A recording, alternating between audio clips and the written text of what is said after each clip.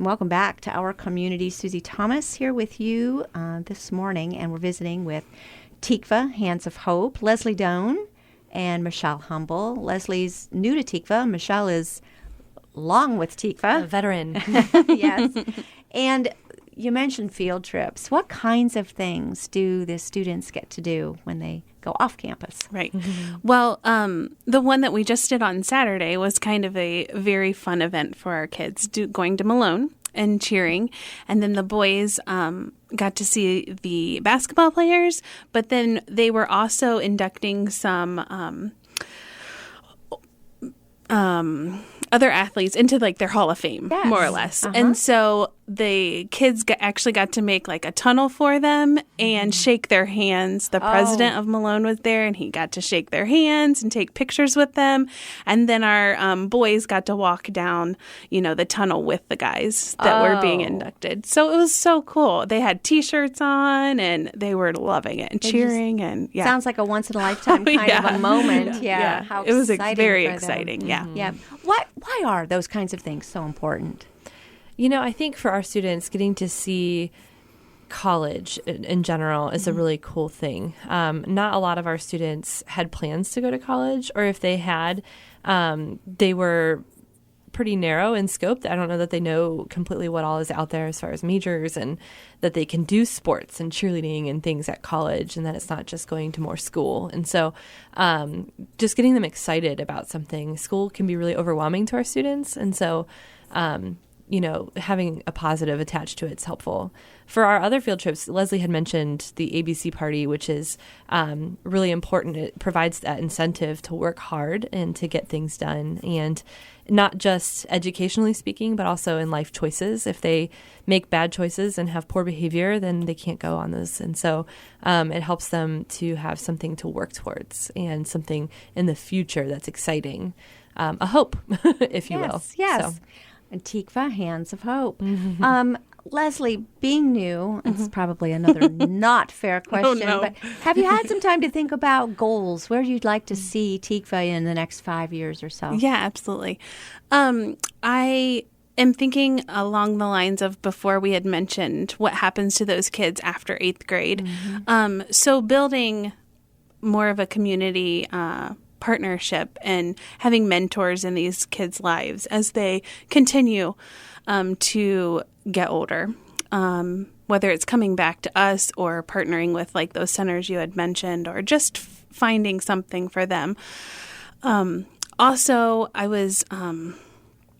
would like to eventually be doing this program so well that we branch off into other areas. So not necessarily that we're huge, but that we can invest in other surrounding areas as well, and have such programs. What you've got is almost a template that could be duplicatable in other regions of the country, even just become. So you want to become a national organization? Thinking big. That's a big hope. Why You said big, right? Yes, why not?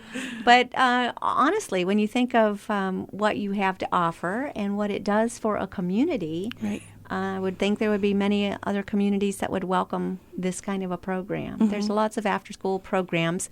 What do you think makes Tikva special among after-school programs? I think really is what it comes down to is that relationship piece. Our goal is not just to help a student with their homework and send them back to school. Our goal is to impact a student's life completely, body, mind, and soul, which is our mission statement. And so to do that, it takes quality time. It takes investment. And so making sure we can always provide that for a student, a person who is willing to pour into them, not just the time they're in our program, but at school. We do, like Leslie mentioned, we do school visits, and we're trying to do more of that. Home visits is something we've been aspiring to for our staff, allowing them the time to go and go to birthday parties and, sit and talk with mom when she's home, or whatever it takes to build those relationships further and provide for that student more completely, I think would be what makes us different. It's hard to do that. It takes a lot of time and energy and money. And that's a hard thing to do as a nonprofit in this area. There's so many of us shooting for those types of goals.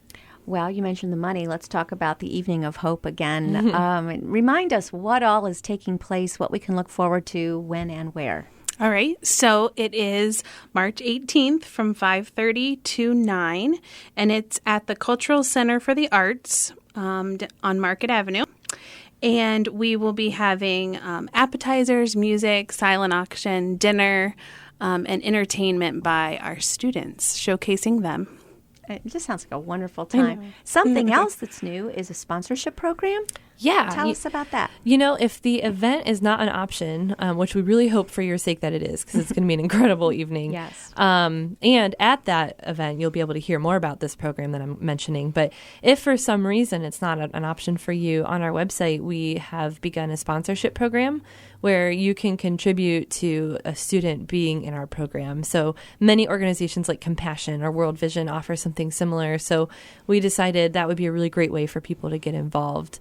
There's more information on our website, but in general, you would do a monthly payment of $50 to $100, and you would get a packet with a student's picture information and a way to get more involved in that student's life on the back of the card.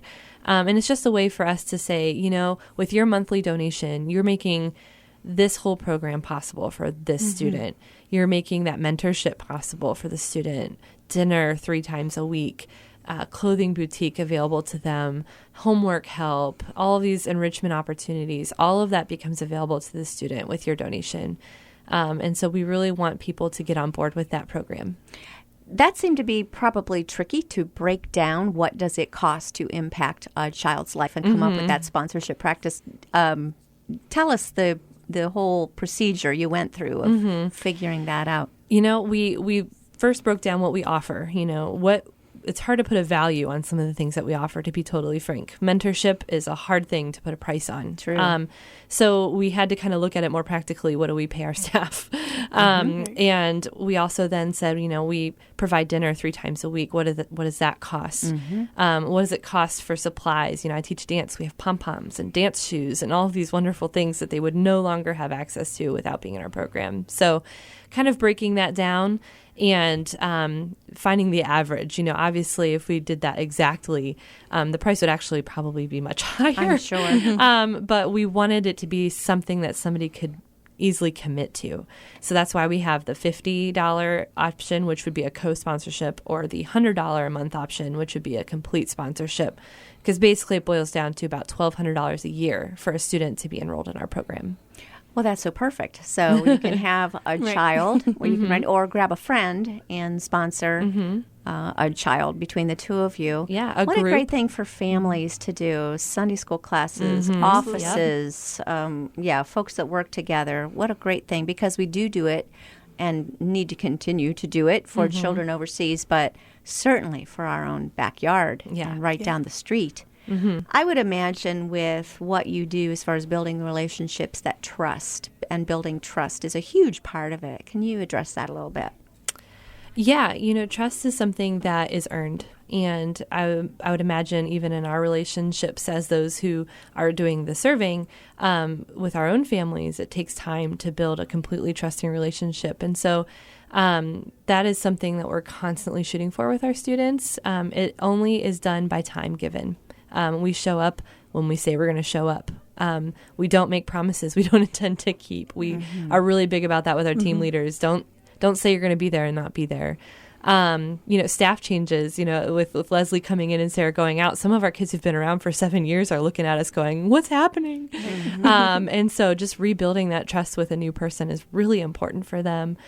We have a student who's in 8th grade, and she just got on the honor roll, so we're really proud of her. Go Mariana. Yay. But it was really interesting to me to walk in and see her honor roll certificate on our bulletin board next to her 2nd grade photo that we received when she first enrolled. And to realize how she's been in our program that long. And when she came in that day, I said, hey, can I post on Facebook that you got honor roll? Do you trust me to do that, or is that too weird? And she said, oh, go for it. Why not? Sure. It was not even a second thought that I could, put her personal accomplishments somewhere, because she trusts me and she knows me and she's known me since she was in the 2nd grade. So it's something tangible to see. Yes. Do you find that you mentioned that it's very important for the kids not to have a disappointment, to have somebody say they're going to do something? Do you find that these children might be more sensitive to that kind of thing happening than maybe other children? Oh, yeah, for sure. Yeah, it is. Why is that? A lot of them, not all of them, a lot of our students have fantastic parents. I just want to make that one known. Right, or they wouldn't be involved in this program. Exactly. Right? Our parents want the best for their kids, but sometimes the best means them not being able to be around a whole lot. They've got work, they've got a lot going on in their life. And so for them, just that inconsistency can be really hard. And their parents putting them in this program is them saying, we want them to have something consistent, even if it can't be me. And that's as a parent, a new parent, that's a really hard thing to imagine. But so that's why it's difficult, I think, for them. Something that's not so great happens in any city, but when children are left on their own after school, they need family. They will find a way to form groups and alliances, and there's a gang problem in Canton, as there is in any city, with children left alone after school. Do you see that what you're doing is getting in and maybe preventing children from aligning with gang membership? That was actually kind of why we started in the Southeast Center. We noticed gangs were a big deal down there, particularly. And so we wanted to give them another option. It's why we left the center, because it was very public and we wanted them to be away from things like that. So I do believe it is helping in that. It's hard because we're on a small scale. We know there are hundreds and hundreds of thousands of kids in the city, and we serve 55. But for our 55, I do believe that it's helping with that. What kind of relationships do you find them forming with each other and bonding that takes place together, the friendships that are coming from being Tikva family? They do. They're starting to bond and to connect, and especially between schools. Some of our kids would never have the opportunity to be friends with one another if it weren't for our program. I go to Cedar, I go to Clarendon. You have some natural born conflict because of rivals. Exactly. There. Yeah. Last year, for example, I was a 4th and 5th grade team leader. All my boys played basketball, and they divide them up by school. And so, my students on a Saturday morning were at the Y downtown playing basketball, but they were playing against each other. And when they came in the one day after the championship, and I was already dreading it because one of my group of boys would have won and the other wouldn't have, I thought for sure we were going to have some fighting. And it wasn't. It was a good relationship, and they congratulated each other. And they said, Tikva's not the place to deal with that, even if we are mad. And so it worked out really well. Shockingly, I was concerned, but very nice. Yeah. Well, Tikva Hands of Hope, love what you're doing. Remind us again, the Evening of Hope is March 18th. Where and when? Yes, it is at the Cultural Center for the Arts down on Market Street, and it is from 5:30 to 9. I'm looking forward to it. Leslie Down, Michelle Humble, thank you so much for what you're doing in our community. Thank you. Thank you.